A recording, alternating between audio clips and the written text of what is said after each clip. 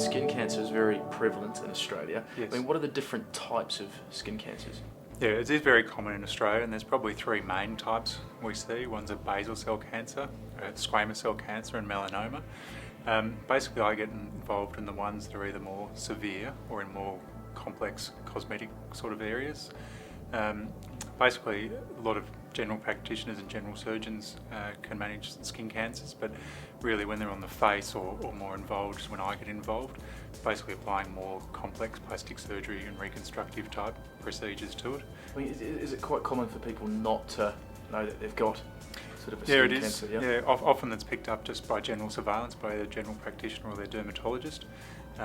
Maybe a partner or spouse might have pointed out something that's changing, and then they go and see it and they're actually quite surprised when it comes back as a skin cancer, because some of them are fairly indolent. They've been there for 12 or 18 months, not doing very much but slowly growing.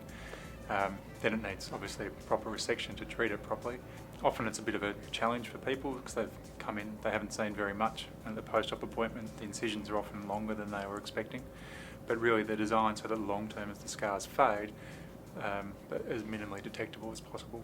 I mean, it must have a big impact on their life, especially if it's something quite visible, for them to have that skin cancer. Yeah, that's right, and especially that's why it's important, to use all those techniques, because if it's on the face, around the eyes or nose, and obviously that's a very public place where you interact with different people, so it's important to primarily get rid of the skin cancer, but also reconstruct it in the best place as well. Great.